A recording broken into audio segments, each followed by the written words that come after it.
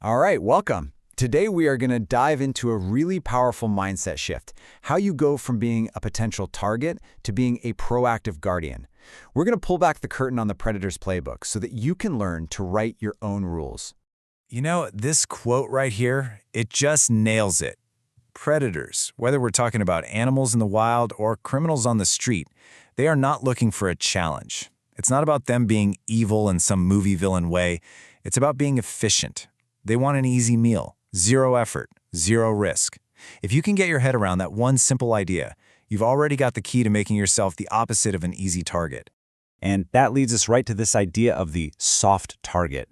And look, this isn't about being physically weak. It's all about appearing unaware. It's about the signals you're sending out, broadcasting to a predator, hey, I'm not paying attention and I'm probably not going to put up a fight. So let's get into how we can change that signal, starting right now.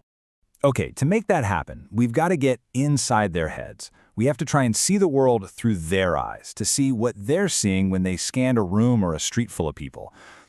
Think of it this way. It all comes down to saving energy. A bully, a thief, a scammer, it doesn't matter. They all want the prize, whatever that is, without the struggle.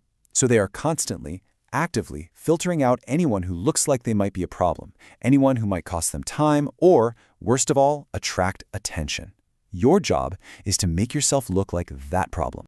So the big question is, how do we stop looking like an easy win? Well, let's break down the exact behaviors that predators are trained to look for. And you might be kind of surprised to realize how many of us do these things every single day. All right, I want you to be really honest with yourself on this one. When you're just going about your day, you're walking to your car, you're in the grocery store, where's your head at? For most of us, most of the time, we're in what security experts call condition white. Yeah, this is what I call zombie mode. You're just totally tuned out, you're lost in a podcast, scrolling on your phone, or just daydreaming. Every single one of these things, it's like a wrapped gift for a predator. You've basically shut off your own personal alarm system, and you're handing them the element of surprise on a silver platter. And this slide, wow, it perfectly shows that silent conversation you're having with the world 24/7. Over on the left, you've got the slump. See that choppy, hesitant walk? The shoulders slumped, eyes glued to the pavement. That just screams vulnerability. But then, look at the right, the power walk. Now, this isn't about being aggressive or looking for a fight. It's just about moving with purpose. Shoulders are back, chin is up, eyes are scanning. The message it sends is simple and clear. I see you, and I am not a target. Okay, so let's imagine a predator has you on their radar, but they're not 100% sold yet. This is where they run a little test, and this is a huge concept, so listen up. It's called the interview. But before we get into the nuts and bolts of that interview, you've got to know what game you're in. On one hand, you have the social ego clash. Think of it as a monkey dance. Someone's just trying to look tough, establish dominance. Best move there?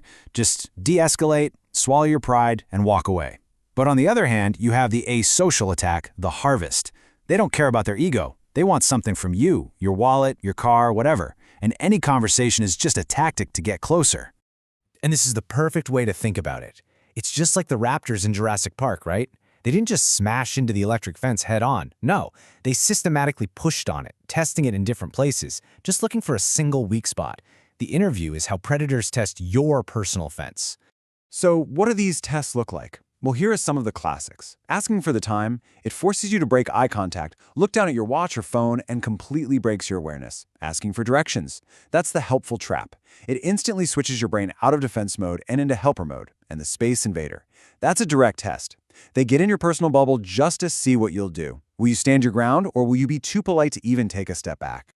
And that right there, that is the absolute key to this whole thing. Our social conditioning, the way we're all raised to be nice, to not make a scene, that is the single greatest tool a predator has in their toolbox. They are banking on the fact that most people would rather feel unsafe than feel rude. We have got to flip that script in our own heads. All right, enough about the problem. Let's talk solutions. We've looked at the issue, we've analyzed the tactics. Now let's talk about how we build the defense system that makes you a hard target. I want you to really read this. Let it sink in. This is your permission slip. It's your hall pass to be rude when your safety is on the line. It's your permission to trust your gut and to act on it without needing to apologize to anyone. Your well-being is simply not up for debate. So how do we do it? We build our defense in 3 simple, powerful layers. Number 1 is awareness. That's your mental radar. You just got to keep your head up and your radar on. Number 2 is body language. That's the power walk we talked about, projecting confident energy. And number 3, which can be the hardest one to practice, is the hard no. It's using your voice loud and clear to say no or get back. It's a verbal line in the sand. You know that little feeling you get in your stomach? The hairs on the back of your neck standing up? That's not some weird, mystical thing. That is your brain's ancient alarm system processing thousands of tiny little signals that something is not right. You have to listen to it. It is one of the most advanced threat detection systems on the planet. Okay, this brings us to our final point, and honestly, it's the one you can start practicing the second this is over. This isn't just theory, this is a skill. Seriously, think about this for a second. How many times a day do you say yes to something just to avoid a moment of awkwardness? You know, when a coworker asks for a favor you don't have time for, or that pushy salesperson won't leave you alone. Every single time you do that, you're reinforcing the habit of compliance. You are literally training yourself to be a yes person. To have the guardian mindset, you've got to start flexing your no muscle. And I'm going to leave you with this one last thought.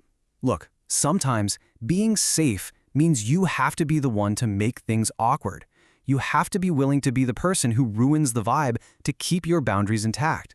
Because your safety is infinitely more important than keeping the vibe comfortable. That's not weakness, that's strength. And that is the ultimate power of the guardian mindset.